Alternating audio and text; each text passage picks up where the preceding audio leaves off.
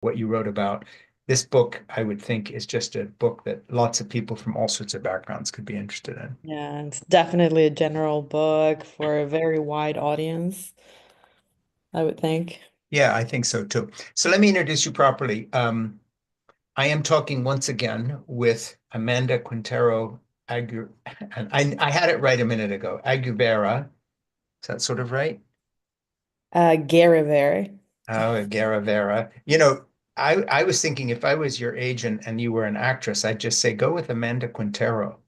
Yeah, that's what I usually do. I mean, it's so easy to say Amanda Quintero and it sounds so cool. And by the time you add the last name, it's like, okay, can we pronounce it correctly or not? So I'm just going to call you Amanda Quintero and we'll hype the title of your book, which is Unfiltered: From the Feed to the Page, Stories of Wanderlust. And I'm going to introduce you here. Amanda was on just a few weeks ago, it seems, with another book called We Said Farewell, about her Right.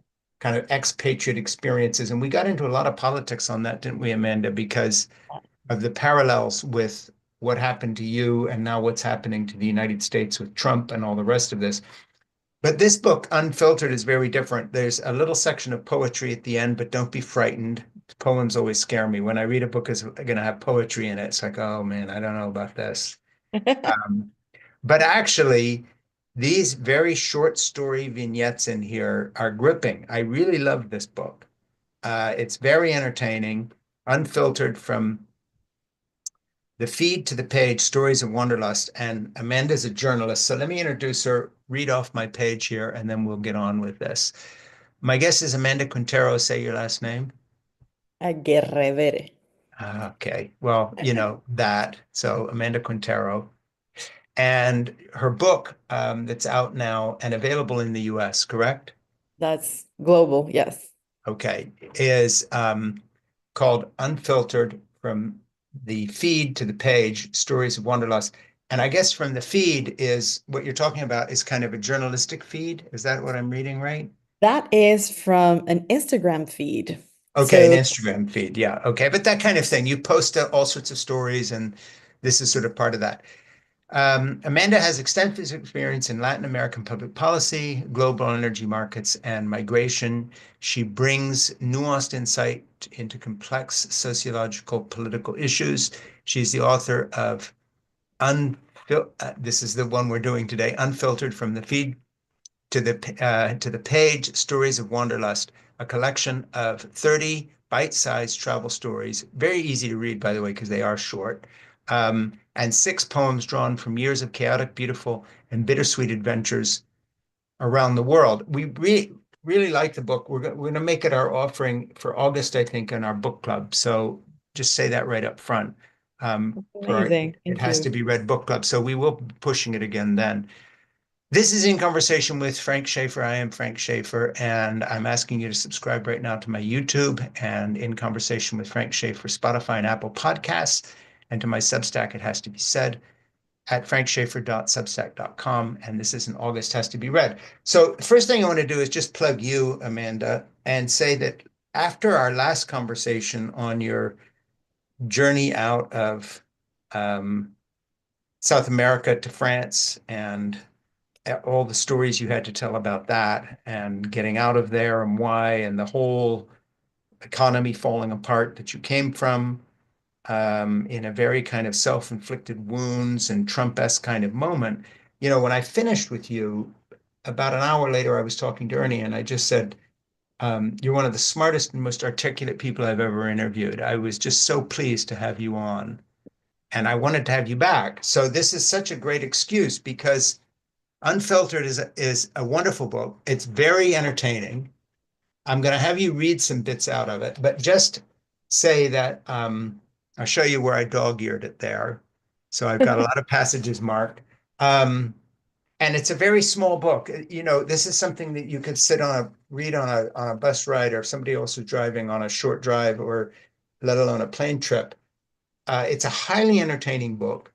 Um, it's a book by a woman about being a woman, but as a male, I not only got it, I really enjoyed it. In fact, one of the things I love about this book as a 72-year-old male who's been married a long time, is that, and I have children and grandchildren, and in some ways, my life, and this is a compliment, is about as far away from yours as you can get.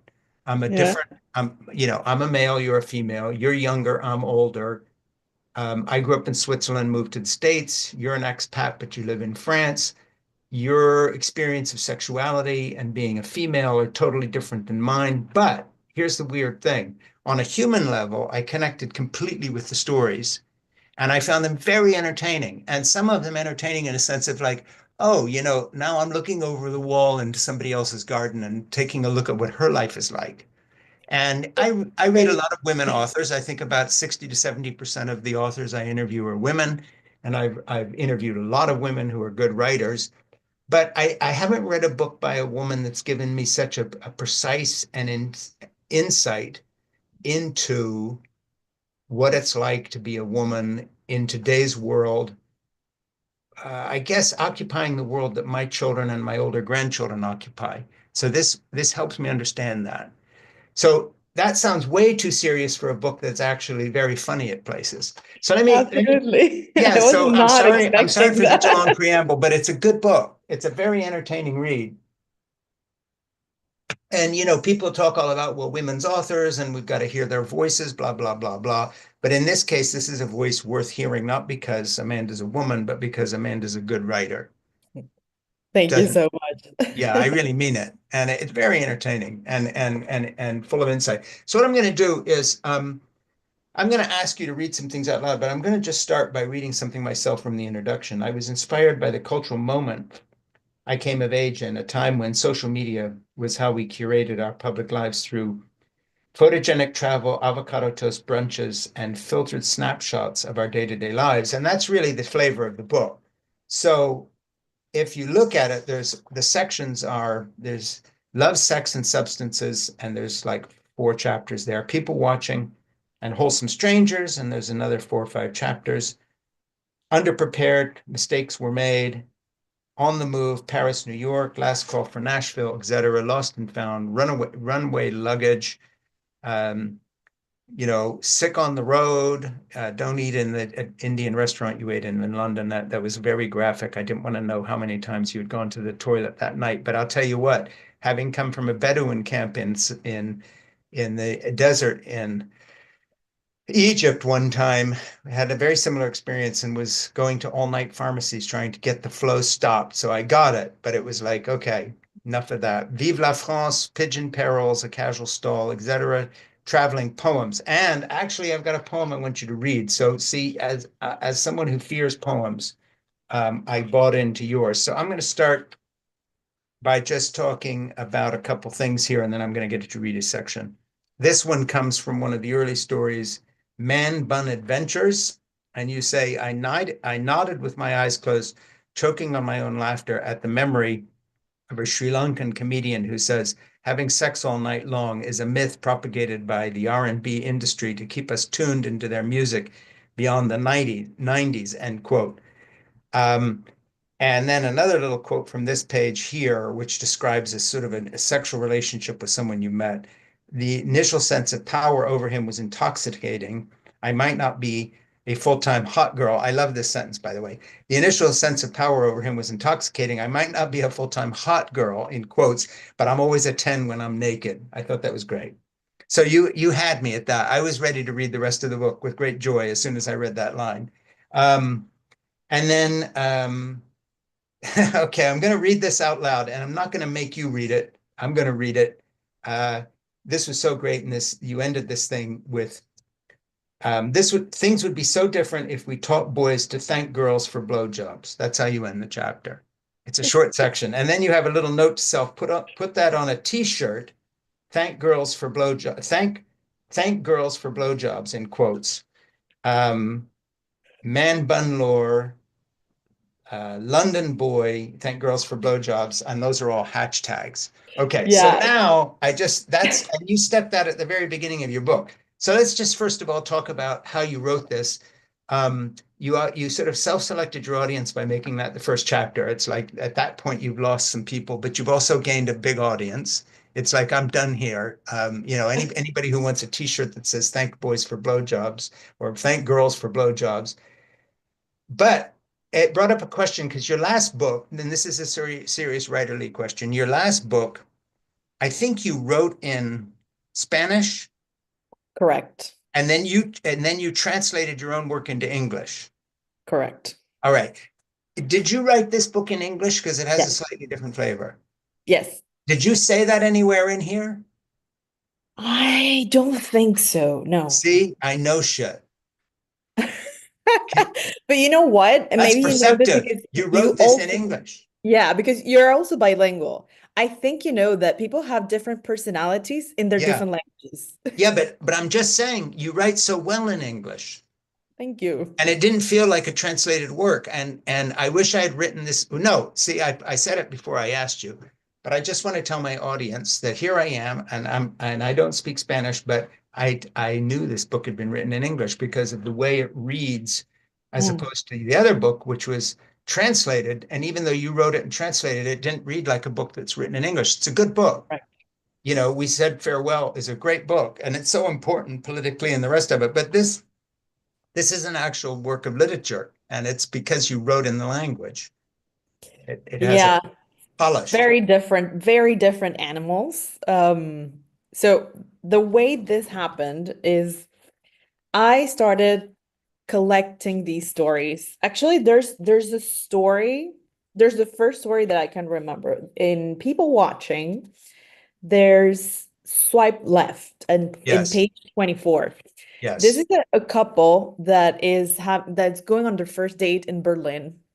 Let me And just let me look at something a second here yeah. because I am not going to let you tell this story, and I'll tell you why. Because I want you to read it, Oh, and I want you to read Swipe Left and just read the whole thing, and in whatever voice you want to read it in, because I want to give people flavor of your writing about a story that's not about blowjobs. So we got a wider audience for this bit. it might be a bit long to read the whole thing Well, through, but read the first page and then tell us the rest of the story. Read Swipe Left, the page one of the story, page 24, if you want. all right. Swipe left, and every story has one, two, three, and four sections that accompany a typical Instagram post. Yeah, A headline, a recommended listen, which is a soundtrack that literally goes with that text. Then the body of the text. Then you have a note to self, which is like what I kept for myself at the end of the story. And then yeah. a line of hashtags, And that's, by the way, how all of them are. That's your all of set, them. that's a setup for everything. And so it's very entertaining because you know what music you should be listening to while you're reading this little thing. And they're all 2 or 3 pages. Some of them are shorter than that. Yeah. And so they're very quick reads and very, very texty, messagey. And you recommend music and then you give a little hashtag at the end. So I should have set that up, but that's how the whole book is. And like I said, look, it's not thick and difficult. It's a Yeah, nice, it's 130 pages. it's an easy And read. So anyway, if you just want to read that page, we'll get a sense of your writing. all right. So I was contemplating whether choosing a Moroccan restaurant in Berlin was a mistake when I overheard the couple in front of me speak in English. Given my non-existent level of German and the fact that I was not carrying a book, this had the potential to be entertaining. Their body language screamed first date, but something about their match was off. She wore a baby blue top, a mild demeanor, and spoke in a clear American accent. He wore all black, an edgy Berliner haircut, sharp angles, triangular sideburns, and a very short fringe, plus tattoos covering both arms. He spoke with an accent I couldn't place. So I go on to tell the story of me sitting in this random restaurant Yeah, in Berlin and yeah, watching them. And he starts, like, at some point, I get lost in my food and then I come back and they are having an argument and I get very caught up in their conversation and I start eavesdropping. So I yes, recount the story of what's happening in there. And that was the very first time something like this happened that stood out so much that I wanted to capture it. So what I did was I took a picture yeah, and I posted it on my Instagram with a little caption, which was a rough version of this story yeah, because Instagram allows you to have 2,000 characters at most in one post. So basically, I took that to be a prompt, and for the next, I don't know, 8 years probably, I just did that. Whenever I witnessed something or Yeah. whenever a fun story came up while I was traveling, Yeah. I just Well, took and you say a he picture. was filming her with his phone while she ate. She looked uncomfortable, covering her eyes and her face with her left palm, sneaking fries into her mouth and asking him to stop. Her voice sounded cute but firm. From my seat, she seemed to be out of his league. Apparently, he knew this because he was trying too hard. She seemed to be cursing the moment she downloaded the dating app that got her in this situation. I just love that. And basically, I'm going to ask you from now on when I'm writing something about women for women, you're going to become one of my consultants. I'm going to just say, I'm going to ask Amanda if this is what actually somebody would do because I'd be honored. your observation of this dating thing. And then later you tell a story, a hilarious story. Um, Again, an overheard conversation set in a laundromat where they're speaking Spanish, and you warn people don't speak Spanish in Paris unless you intend to be overheard by people who speak Spanish, because she's talking about what sort of sex she wants to have with him and her period coming or and wanting to plan to have sex with him without a condom and all this stuff. And you're listening to the whole conversation. And obviously, she doesn't think that people are in the same room who are speaking Spanish. It's like, Of oh, well, course, I'm speaking in my own language. And I wanted to ask after that story if there was anybody else around there who you saw observing it in a way that you knew they were not at understanding all. it too. No, not at all. Yeah, well, it's a great story, by the way. It's a very funny story. I mean, it's worth the price of the book. Hey, I want to jump down to something that will get us into, and I got to find the place here. Um, that I'm going to read this one because um, it's about having a period and about looking for a tampon. And basically, I'm gonna read this because I'm a guy, and men should be comfortable with this subject. Don't you agree? That's the point of your Absolutely. story. So Absolutely. Madrid with Flo is a fantastic story. And if you whether you're a man or a woman, this is such a good little document on people who don't want to talk about periods and bleeding and all the rest of this. Um, I woke to discover it was that time of the month. After 20 plus years of getting my period, this was hardly news. I'm pretty regular. The problem was that I was in a hotel room in a different country with no tampons or pads in my bag. I'd gone to bed late, so I planned a quote efficient morning with just enough time to dress up, have breakfast, and head to the airport. Now I had to figure out the tampon situation. My first reaction was to chastise myself for not packing supplies, but in an effort to be kinder to myself, I put the self-negative talk to rest. Why had my period tracking app not notified me? Then I remembered that I had turned off the app notification for fear that one of my male colleagues would accidentally learn about my upcoming period. Fuck that, I thought. I'm turning these notifications on. Every woman bleeds. I bet you half those idiots don't know that vaginas don't have sphincters. I was stressed and angry, and I needed someone to be the object of my resentment. I was tempted to delve into the rabbit hole of why I let my life depend so heavily on a host of Silicon Valley based apps with questionable data protection policies. But blood was starting to leak between my legs, so the rant would have to wait. There were more important things at hand. Okay, so then you tell about how you're going to go outside and you're going to look for a tampon or pads or something, and you're walking with your knees clapped together, et cetera, et cetera. In Madrid, where life starts at 9:30 a.m., I spent 20 minutes finding an open store. God bless those hardworking chinos, the Chinese bodegas that inconspicuously serve the city every other corner for being open. So much for my time to have the expensive hotel breakfast I prepaid. All right, so then you rush upstairs, you get your baggage, you come back downstairs, and here's how you finish the story. And I just think it's priceless. Um, as I was doing the checkout, the male staff member asked the typical, "Everything okay during your stay, ma'am?" I stared at him, squinting. I took a deep breath and said, for the number of amenities you offer, you should include tampons or sanitary pads. Women also get their periods while traveling." His eyebrows shot up into his skull. He blushed, he gasped, he bit his bottom lip. Then he whispered, "You're right, ma'am. I'll take note." And then you go on, 50% of the world's population isn't a minority. If men got periods, tampons would be considered a human right. Note to self, evangelize whenever possible that women have periods and it must be accepted as a normal part of life.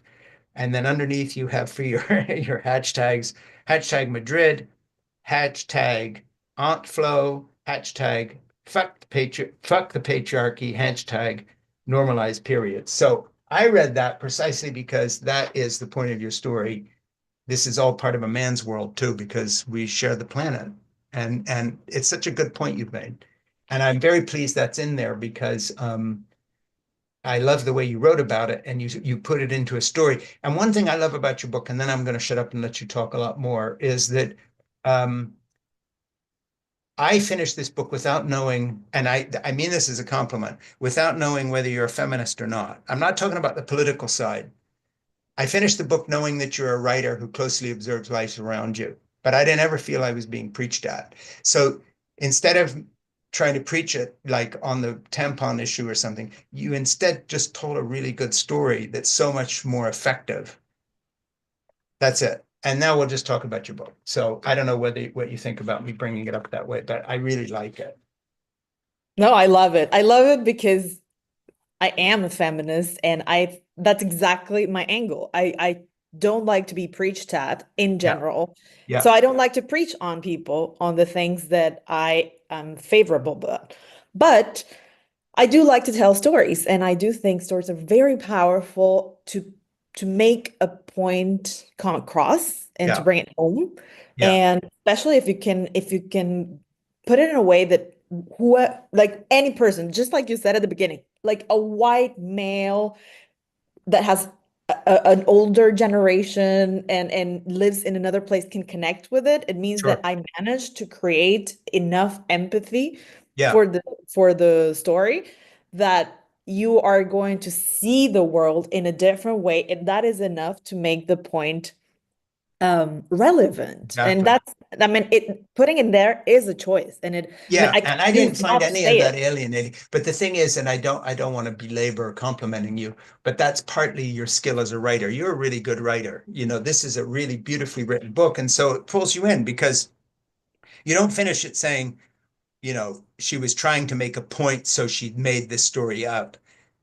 You allow the story to be this, you put your art first ahead of the ideology, is the way I would put Oh, it. absolutely. Plus, none of it, because they are, this is what we call creative nonfiction. Yeah, exactly. And because it is creative nonfiction, it really, I wasn't really planning. I didn't have an agenda. It's not like, it's the exact opposite of what happened to the other book. The book about Venezuela and We Said Farewell, I had an entire, scheme of what I wanted to say and a logic, and there was, these concepts that I wanted to bring across. Here, they just happened, and what you're listening to in the book is my Yeah, voice. yeah, It exactly. very much in the way it happens in my own head. Yeah. And well, and you wind up liking you too, because there was a story in there that, again, the skill of being a writer, but also not coming off as preaching. You talk about this travel story where you're observing this couple wrestling with a couple children. I think they were like 8 and 10, and they have a lot of luggage, and you're sort of being self-critical. And hey, I travel all the time, and I know my way around airports, and I'm so sophisticated, and I'm a woman of the world. And look at these people struggling with kids and all their suitcase. And then you realize you've forgotten your suitcase on a bus. And so it's like you're not you're not as smart as you're cracked up to be in your own brain, sort of thinking, oh, at least I know how to travel. So basically I loved that story because it was very self-deprecating and I didn't see that coming. Yes. Yeah, it's a very funny book. I think It is there's a funny book. probably 50% of what you would call accidents, like Yeah, travel accidents, mishaps, things that you did not intend for them to happen. They just happen and they become a funny story afterwards, like yeah, eating too much spice on the first night and yeah. then, spending And you're the sitting on a entire night toilet in the the whole night. toilet. Yeah. And the other thing is that I thought was good about it, besides the self-deprecating part, was that um, for anybody who's traveled a lot, which I have, um, whenever you do, this is what it's like to go through security, then customs, and you're worried about, am I going to be taken into a little room and question closely. Of course, that gets into also being an expatriate, coming into a country where maybe you're not going to be welcome, but you have the whole travel thing down. So it is a good book to read if you have traveled a little bit in terms of just what happens. Um, and I wanted to just talk about this midnight jab chapter here. I got my first of the Pfizer COVID-19 vaccine May 21, 2021. Mundane as that may sound, everything about it was memorable. And you talk about that and why it was memorable. And the thing is, I can remember when I got my COVID shot, having isolated at home and unable to visit people, it was a big deal. It brought tears to my eyes. So I was so glad to have a COVID vaccine shot story in the book because, I could write my own COVID shot vaccine story, but I love that you just paid attention to that. He inquired when and why I left Venezuela and then lamented that Chavez got it all wrong. Idealism, he said, quoting a British novelist William Morris, was for the youth to dream, not for grown adults to govern a country. So I love that your story, this midnight jab story, turns into, you're talking about the midnight jab, but then you also talk with a man who kind of understood your situation. He was so deep into our conversation and so skilled in his craft that when the time came, neither of us could figure out where he'd actually injected me. He shrugged and stuck the commemorative Band-Aid wherever it landed at exactly 11:56 p.m. He then noticed my book title, Magical Christianity, and asked about it. After I explained it was about symbolism in Christianity, he told me the cover had a psychedelic quality. So he showed me an article he had published in that week's Lobes, I don't know the magazine, on psychedelics. Anyway, I just love that story because of the human connection you made with this guy giving you the shot, but also what a big deal getting COVID vaccines were. So I'm putting that in here because there's such a range of experiences. Yeah, there's actually a range. Actually, when I started doing it, I started collecting them kind of like whenever they happened. There were some that I left out. And then eventually I always thought when I have around 30, I'm gonna Yeah, start putting them together. So eventually, like at first, I just started doing it at random, but yeah, then I realized this is growing into a thing. I'm gonna pay more attention and do it a little bit more on an entertaining note because some of yeah, them, the ones that I left out, were not so entertaining. Um, so I conceptualized the book back in 2000, we're 25, 23. In yeah, my creative writing class, we had a peer review projects group, and like we helped each other with conceptualization of projects. I conceptualized it there, and I realized I wanted to make it a primarily entertaining vehicle, but yeah, also the kind of book that would project people into their own stories. Like they yeah, would resonate, especially with someone who has traveled a lot. And for example, you remember the time you also got almost deported somewhere, or you yeah, remember the time that you ended up, I don't know, throwing up in a ferry yeah. in the Greek islands. Getting seasick on the way on an hour and a half trip, clutching a vomit bag at the cruise Yeah. occasion. Yes, I So like that story. I'm going to it's read a that bit one out like loud to my wife, who always gets seasick. She has held the rail in many a boat, leaning over the oh side. oh my God. Yeah. So I thought that it would be nice to make it like a timestamp of Yes. this time where many of us share stories online, but Yeah. also the kind of things that happened in the last decade. It's something that maybe right now you don't pay attention. Okay, like okay, it's a funny story. But then in 10 years you look at it and you remember, oh wow, the pandemic was Yeah. there. Like for me, the trip to Brussels, getting out of Paris Yeah. before confinement, it was pretty memorable. So I wanted to Yeah. put that in print. And I really thought that by sharing those seemingly mundane stories, people Yeah. would connect with their own travel stories. Yeah. And you also bring up some interesting, just kind of philosophical human behavioral things, talking about how, in terms of sexuality and meeting people, but also just attitudes. You're sort of two different people. You're the person where you live, but then when you're on the road, this sort of vacation personality comes out and you're kind of a bit different. You're more open to things. I don't know if you sort of imply you're more promiscuous or something, but the implication is you're easier um, on yourself in some ways. And so there's some just basic human nature stuff that I felt to be very true there. Yeah, kind of. I do think that is true. Not necessarily promiscuous, but more Well, it's probably the wrong risk-taking, word. more Yeah. relaxed. You are more adventurous. You try Yeah. things that you don't try at home. Uh, in a number of ways. I did phrase it in a story that was about a one night hookup, I think. Yes, yeah, you did. But here, like for instance, here you have overheard in Montmartre, you have the dentist told me he might need to desensitize one of my teeth. And you go on, you're back out in the street on the uh, on Rue Custine, is it? I think Two it's middle-aged schoolgirls caught my eye, one with pixie hair, the other an androgynous blur in blue maroon. They were giggling, walking hand in hand. And then they're being followed by a couple of teenage boys who are lamenting the fact that these girls look like they're bisexual or something. And you're listening to this whole conversation, and the guys say to each other, seriously, bro, girls making out in the street after school. The world's gone crazy, I swear. I can't see life the same anywhere, same way anymore. Uh, the boy with the stick replied, and with that, they carried on down the street, leaving me oddly relieved, knowing that I'm no longer an impressionable teen. But then you finish with a great line. You say, thoughts and prayers to anyone raising kids in this day and age. In other words, the complexity of sort of gender issues, but also teenage attitudes, in a context in which you're not commenting on the morality of the situation. You're just saying, hey, things are changing very fast around us, and you have to have sympathy not just for the parents, but also the kids. And then note to self, get over the fear of going to the dentist. You survived braces, you can survive adulthood too.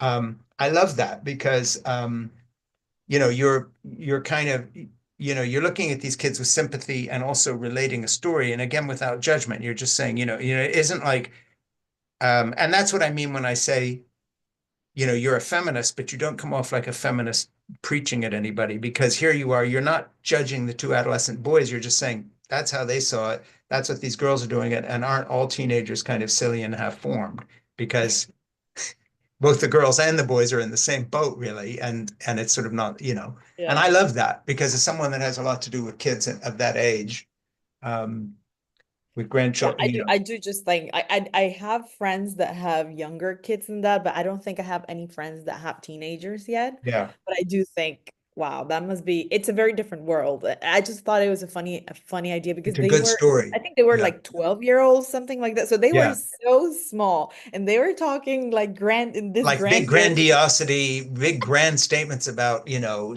Yeah, my life's never gonna be the same and Yeah, I can never unsee this. Two girls I holding can hands in never the street. unsee this. That's one thing. The other thing that the book has, because like when you were reading it, the book has some multilingualism sprinkled. That's Yeah, something that I did want to like capture as well because it's part of the reality of many people that live abroad or sure. travel. So it has a lot of multilingualism weaved. And when I posted that story, the one with the two boys in Montmartre, I remember I got so many comments about the wesh. I don't know if if you were familiar with that expression, but it's very typical with teen boys Yeah, in France. So yeah, it which has I'm a not lot of familiar like with. So explain it. I don't even know what it means. It's just a thing Mais that c'est en français. Is it a French expression? On dit comment? it's an Arab expression or like Okay. a French Arab expression. It's very typical in the South and also very typical in like teens who want to be like, you know, Yeah. they have flow in the way they talk. So it's like dude. I think that that's how Yeah. it's Something like dude. Yeah. expressed, like dude, Between each other. but Yeah. it's not, it doesn't mean dude, but I don't know It's, exactly how it's used, but you know the kind of personality when they're yeah, talking. exactly. So then let me go to a couple other things I wanted to get into. You have one, Vive la France. Relocating is at the beginning also a form of travel, what the French call a séjour.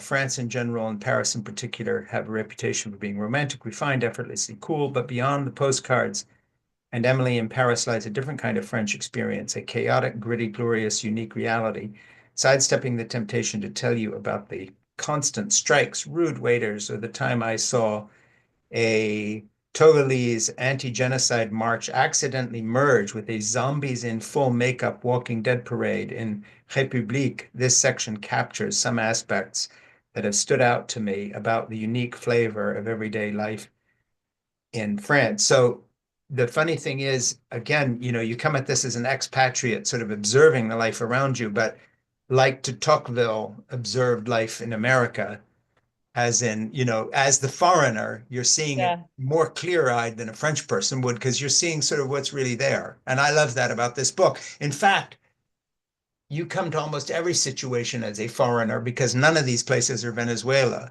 Yes. So you are the foreigner everywhere, not just in Everywhere. France. And you Absolutely. bring that eye, you bring the Yeah. observer's eye to that. I don't know Yeah. if you want to comment on that.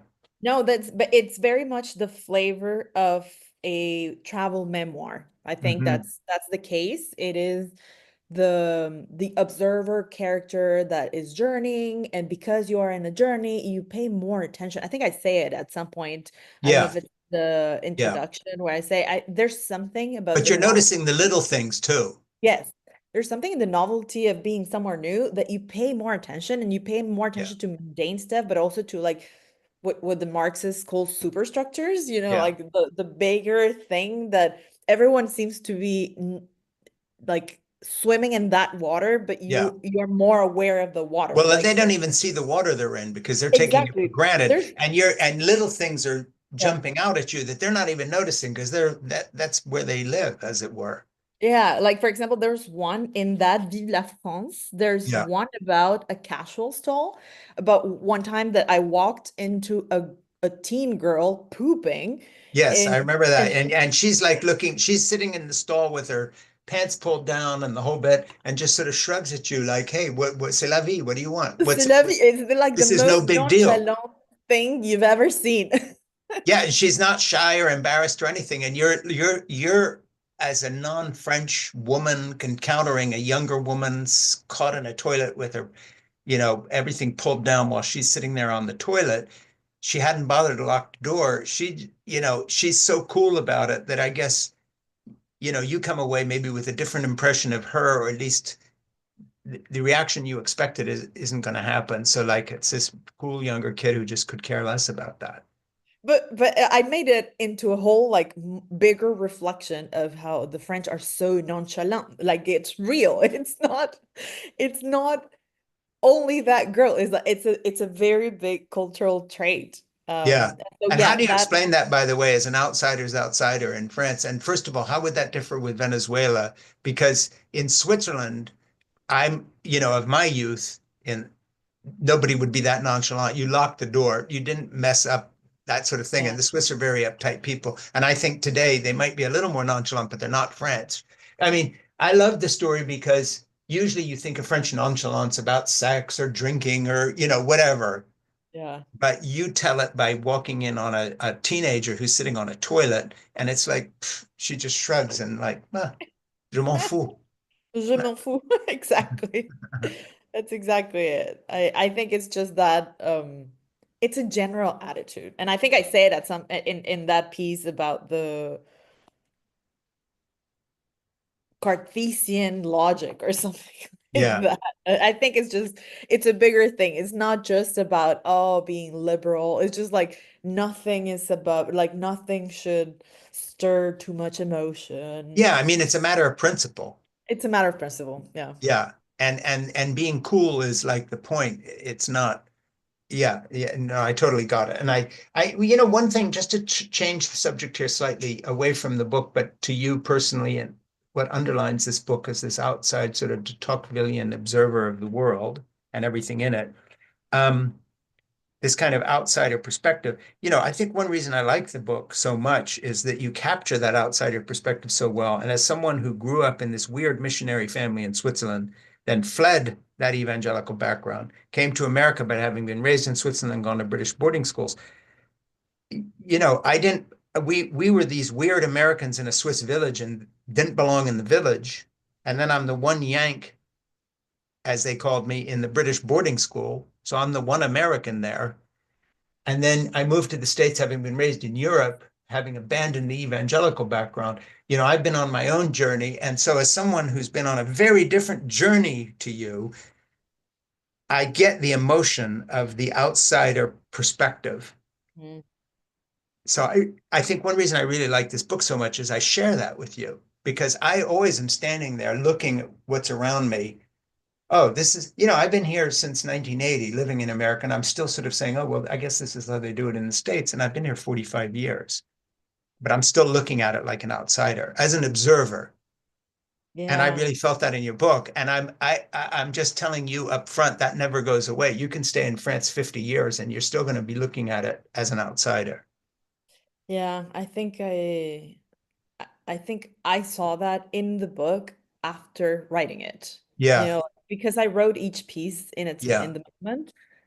Usually like the very same day when it happened, I I don't think I realized that that voice was so present up yeah, until the end because yeah, there's always this first because in the moment I am outside. So as you're saying, every like most stories not even take place in France. Some of them take place in India or they no, no, take they're place all over the in Spain place or because you've traveled so much. so they're like also because my career has been so much in international relations. So like Yeah, there's a bit of like Bolivia or whatever. But there's also that perspective of constantly being somewhere where you're not.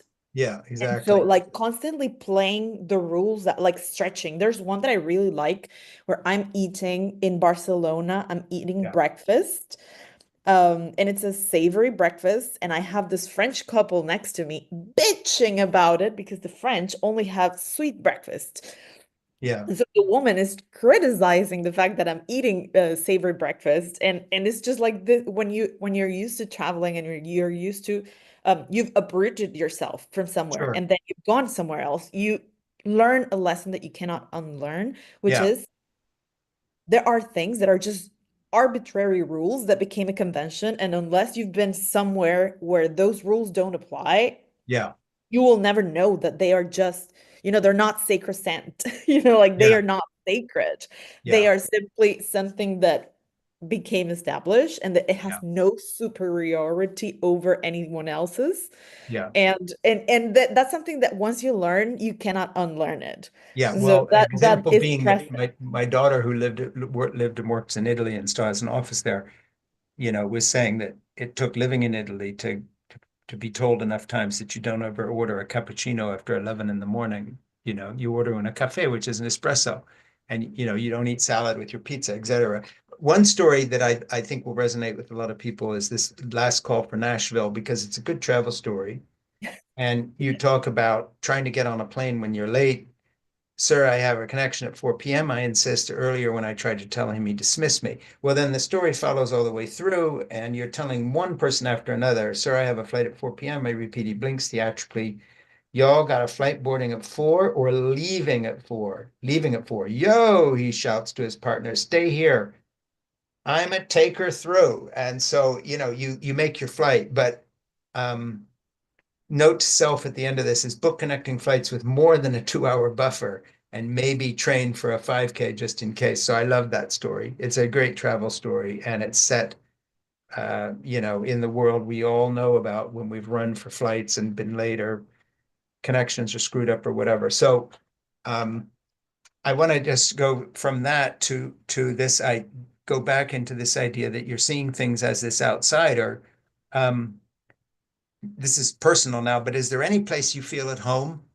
Because you're in Paris as a Venezuelan refugee, if you want to put it that way. It's dramatic. And you weren't exactly a refugee. You didn't claim refugee status, but you were still fleeing the collapse of a whole system, which would have endangered you if you had stayed. Um, and I'm not asking this rhetorically because it's the same question I ask myself, both philosophically in terms of my kind of half-hearted atheism on one end, and then sort of being in America, but as someone who grew up somewhere else, a former evangelical, but not anymore. Um, so I'm kind of asking you, uh, person to person, not writer to writer so much, but is there any place you feel at home, as in like, this is I do in my inside my own house now. I was gonna give you the same answer. Um, inside home. I think you create home as a foreigner who Yeah. relocates. I don't think you will ever. That's my experience, and I've seen it with so many friends in different places. I don't think you ever like fully reinsert yourself. There's always going to be a part of you that Yeah, is missing a part of the culture because it's like it's a actually, in the last story of my last book, yeah, Alejandra, yeah. there's a monologue in there where she says, transiting nationalities or changing nationalities Mm. is kind of like changing gender identity. There's a Yes, part of sure. you that is so structural that you have to deconstruct and Yeah, realize there's more to this, yeah, but I cannot undo the fact that this is my past. yeah, So there's a sunk cost or like an investment of having grown up in a part of the world where you have a certain set of values, a certain set of cultural identities or structures, and then you relocate, you realize you can create your own home in your own house, yeah, but I think there's always a gap wherever you go. So when I fly into Paris, if I've been somewhere else and I fly into Paris, I feel home. Like yeah, I have that feeling of, okay, I yeah, don't have to like double think anything. I know where everything else. yeah, I know like where to go. I don't have to think about the rules. I know where I'm navigating. It's my comfort zone. If I go to Spanish speaking countries, that's also like a relatively easy feeling mhm, because there's not too much friction in the yeah. cultural interaction. However, there's always a gap. Absolutely always But a you know, gap. I think there's also a gap in another way, and I'm asking you again how you feel about this. I think one of the things, you can't get inside other people's heads and see how they see the world. And, you always assume other people are the same as you or different in other ways. But I'm wondering if people who are born and brought up in one place, and stay there for a whole life, um, and don't change religions or genders or leave, or any of this. They're just there. As I think and love about some Italians I know in the village they're in, and there are people who have just been there. They're happy with their culture. They don't vacation anywhere either. Even the ones with the money, they don't go places. They go to the coast in Italy because why would you leave Italy if you're in Italy? I mean, nobody has anything to offer that's better, and they know that. Yeah. Everybody else wants to go somewhere else. Italians just go stay in Italy.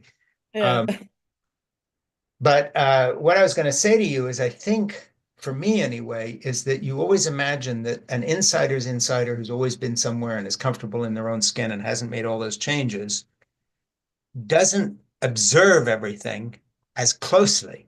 They're just living there. Whereas if I'm in a small Italian village and I go get my morning coffee, and I'm enjoying the village as a village. I'm observing the three old guys on the bench, and I'm thinking about, oh, they spent their whole life here, and I want to talk to them, find out what's that like. But um, you'd have to live your life over again to really enter into their settled existence of how that can be. And I felt that in the village I left in Switzerland, where there were the farmers who had been there their whole life, and they hadn't even gone to the town in the valley.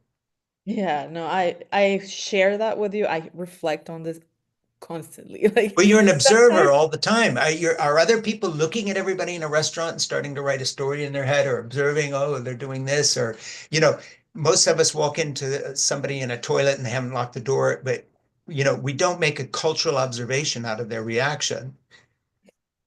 Well, there's two things in there. There's the writer's brain, which I think it's one thing, and you're always like putting everything into words and trying to like create a short story about everything. That's like a kind of brain. There's a kind of brain that needs to do that. Yeah. And then there's the observer that lives in an outside culture and is making specifically cultural observations. But I used to do that kind of observation about other things when I lived in Venezuela. So I do think the proneness to write makes you an observant anywhere.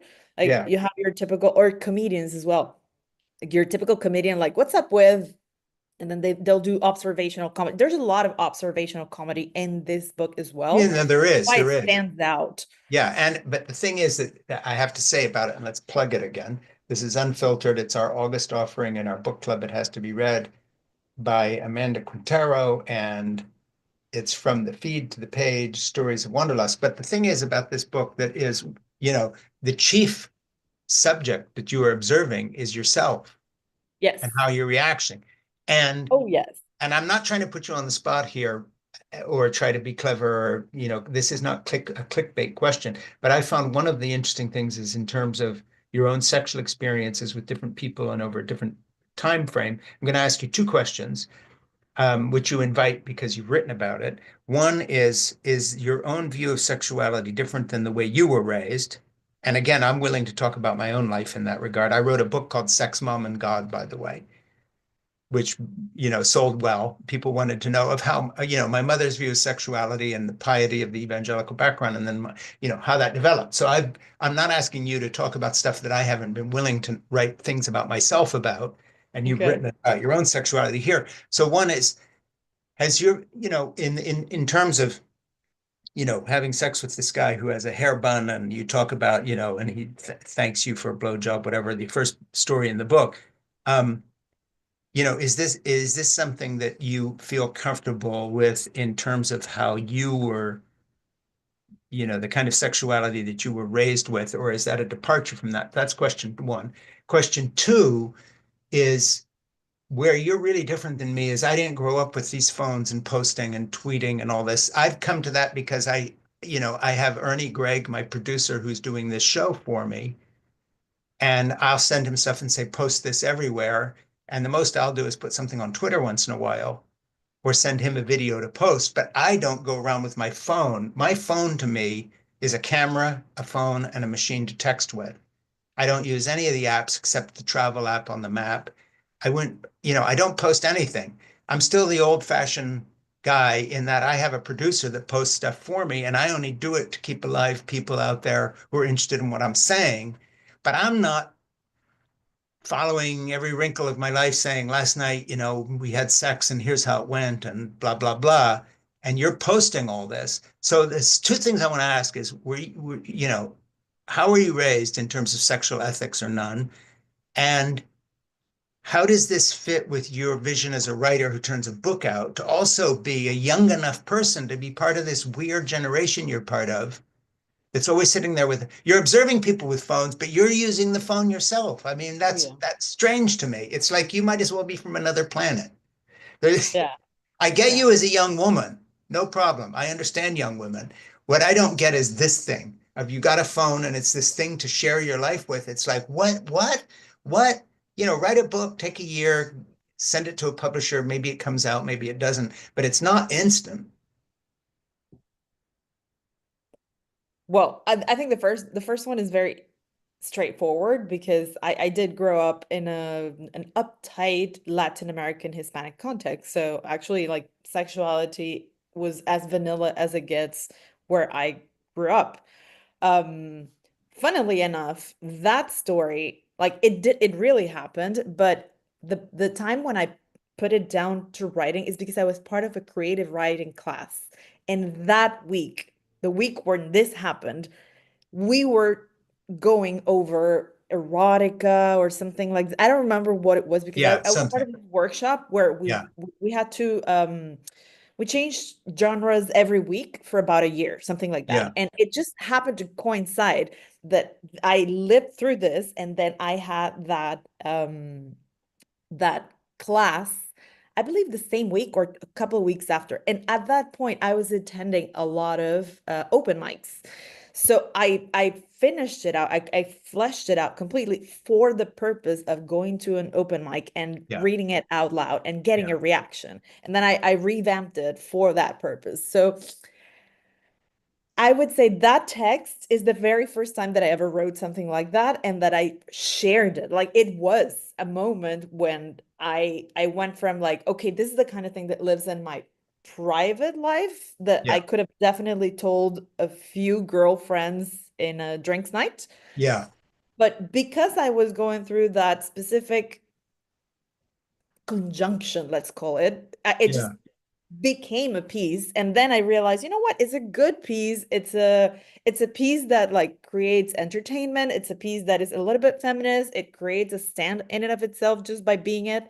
And Yeah. when I read the collection, I was like, this is one of the strongest pieces. Actually, I want to make it the first one because it does tell the flavor of what's gonna come next. That's one thing. And then the other part is I do live on my phone. Like I've worked on my phone. Like I think my entire work life has happened on the phone. Were you living on your phone in Venezuela? My tech dates mixed up with your life dates. I can't picture what you would have been doing. I forget when everything happened, but Yes. So I think I opened my first social media when I was in college. which was So when, I'm sorry to just nail play you down, but Facebook generation. So okay, yeah. 2000, I want to say 2007. I 'Cause opened. the fact that you're posting stuff, I find as shocking as a grandmother would find, my grandmother would have found, some of the thing. In other words, it's like basically you've been to the moon, you walked on the moon, you are a really different animal. So basically the people I interview on here are writers or they're musicians, whatever. I'm not saying they don't live on their phones too, but they're either a little older than you or they haven't written a book, which also was stuff Yeah. you posted. The And fact I that wanted to these honor are that. what's that? I wanted to honor it. It No, is you did it part great. of the You're reason. making me rethink the phone thing. I don't hate phones as much as I did when I started this book. It's like, well, wait, man, Amanda does this and she's a good writer. So, maybe I have to change my mind here or something. I think there's an entire aspect of younger people's lives. I would say millennial and down. Yeah. We spend such a big part of our lives online. It's not just on the phone. It's the fact that you develop an entire lingo for participating in online culture. There's the memes, there's the hashtags, there's the way you communicate. Like I was texting over like the text messages started when I was a teenager. So like you develop an entire like way to write texts So that is are this a not. cautionary tale for parents saying if you let your teenager have a phone, they're going to turn out like Amanda Quintero? Look at this. Look what she's written and her first I story in here, and she's willing to I share I, this. I Let cannot that make be a that warning. I cannot make that promise or warning. I can just say it's something that is a fact of life. You know, it's Yeah, like no, and I love that. I mean, as this old guy, raising kids and grandchildren and all the rest, it was like a peek into another world because obviously, I have an iPhone 16, I know all about it, and but I use it for what I use it, and then I have children and grandchildren who use it more, but I haven't read a book yet. I mean, I've read 50 or 60 books to just do this podcast for, and I've never read one that has to do with phone use, where these yeah, are all like little posts from your phone thing. So basically, online life. this is a first. Yeah, absolutely. I wanted to do that. I thought it was like, okay, I want to document the fact that it has become an aspect of our lives. And it's very meta in that sense because also in the like on in inside the book, I'm talking about dating apps, which is an entire culture, I know you or do. Sure. Yeah. I'm quoting TikTok, or I'm talking about Instagramming something, But I or have a practical question for you. Is there any way to break through this sort of wall to the people who are like you, who aren't reading anymore because they're doing what you're doing? They're posting it all on phones and they're not reading books. And you're trying to be a writer and you still want to be published and have paper or on Kindle or something. You want yeah. people to do more than just read your texts. Yes, yes, I did want to bridge that gap. I Well, how are think you going to bridge it? And I'm asking my producer, Ernie, who manages all my public stuff, to take notes here. How do we get anybody to read my next book, Ernie, when they're all just tweeting? I've done it in tiny short. By the way, I loved your short sections because I've been working on a book for 5 years, and I think the longest section in the book is like 6 pages, and they're all literally a half a page or a page and a half. And yeah, there's no that's chapter headings. It's just divided into short. And basically, it's to, are we all deluding ourselves, including you, because you're a writers group, smart girl, and I you're not think just a text person? I don't think so, but I think it is its own thing. Like there I have a poem to Google Maps in this book. Yeah. So it's kind of like representing that reality because I think writers and people who like to read a lot tend to be a bit romantic in trying to cling to the traditional means, But are whatever they that. on their phones when they're not reading? But they are, of No, no, course, I'm talking everyone about is. young people. I know they are because I see them. This includes my youngest grandchildren. But I'm just saying, But it is I don't know if people are truly losing the ability to read. I don't know. I don't know. Or if it's just that they're consuming content in a different format. yeah, And whenever you want it, like it depends on what audience you're going for. Like today, I finished a book about the CIA book club, that the CIA run a book club or funded a book club in Poland as part of the entry point to the Eastern yeah, Bloc. And they poured millions of dollars into this. And the whole time I kept thinking this would be impossible in Latin America because people don't read. I mean, people know how to read, but people don't exactly. have the interest in running an entire underground operation just to publish books and read books about dissidents. That would never happen in Latin Right. America. So it also takes like understanding who is the audience and what do they enjoy consuming to get a point across, I Well, think. there's a diminishing reading public. I mean, just talk to publishers about what's going on and, writers and, when you're pitching a new book of mine, for instance, the publisher always wants to know, get Ernie Gregg, my producer, to write up a thing about my online footprint right now because that they want you to use all that. So, there's kind of a diminishing return on the written word. And Mm. university, even Ivy League universities in America are saying they're getting trouble, that it's a lot if you can get people to read 8 books a year. And it used to be you read 8 books a week, not quite a week, but every Mm. couple of weeks. Yeah, there's definitely a change in there. I don't think I wanted to make a statement on that. I just wanted to I wanted to put the online into a printed book in because mostly because I do think this is more permanent. Yeah. We never know what's going to happen But the with other social thing is, media. and we'll get out of this because I've gotten too bogged down in this whole discussion. But what I want to say is that what interested me so much about your book as a work of literature, Unfiltered, from the feed to the page, Stories of Wanderlust, is that, and available everywhere, and it'll be in our book club. I'm interested in it for a couple of reasons. One, from a literary point of view, it's a really great book. Yeah, I mean, you're a good writer. The other thing is it's terrific because um, you've elevated this form. In other words, if its roots are in phones, as uh, someone of my generation, I don't take stuff that comes for phones or out of phones very seriously. But on the other hand, you're a good advertisement for living as an exhibitionist, posting everything about yourself on a phone. It's like that, like, get the hell off your phone and live a little. But actually, if this comes out of it, that is a good counter argument. It's like, wait a minute, wait a minute. I know a real writer who wrote all her stuff, posted it online first, and this is a real book.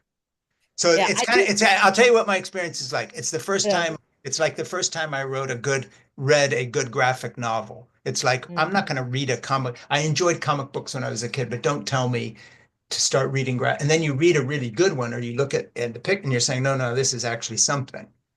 So if someone had said to me, here's a book of stuff that originated with phone posts and texts on where did you post?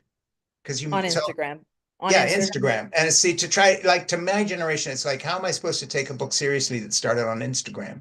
But I I'm, do think there's two things in what you said that I want to like pull back and like expand on. I do yeah, think I elevated the post. Like I did take the raw material of whatever because Instagram and social media in general tends to be very on the spot. yeah, This I is know. happening, Yeah, and it's very journalistic in nature. I am reporting this almost. right. I took it as a creative venture because I had blogged for like 10 years before. Sure. Like before Instagram or no, I think even when Instagram came around, but by the time I started doing this, I had spent about 10 years blogging. The blog died, and Facebook basically died as a social Yeah, media.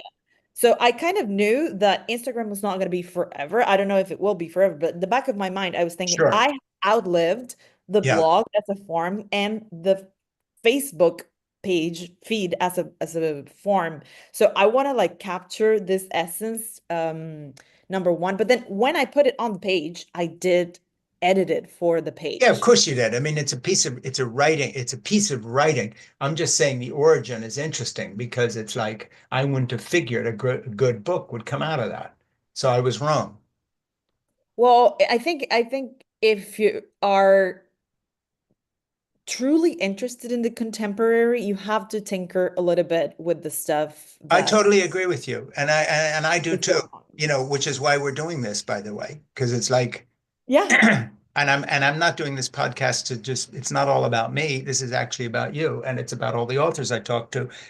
But, and again, I don't want to belabor the point, but I think where anybody who needs a handle on what this book, the value of this book, has got to read your thing about waking up in the morning without your sanitary pads or whatever, tampons, because that's not only a good story, but it's kind of, it's a story a woman writes, a younger woman writes that could be online that makes a point that's a real issue, but at the same time, it's not written as an issue.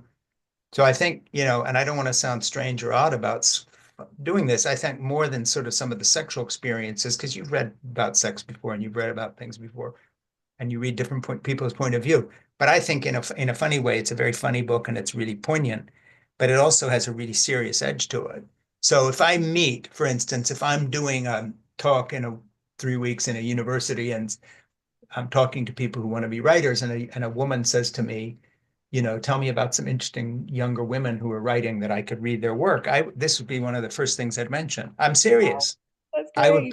I'd plug your book in a hot minute anywhere to any group of writers and say, if you want to know, if you want to be hopeful about, quote, this younger generation from a point of view of an old 72-year-old guy who's written some books and so forth, hey, and this came out of phone stuff. And look, it's a good book.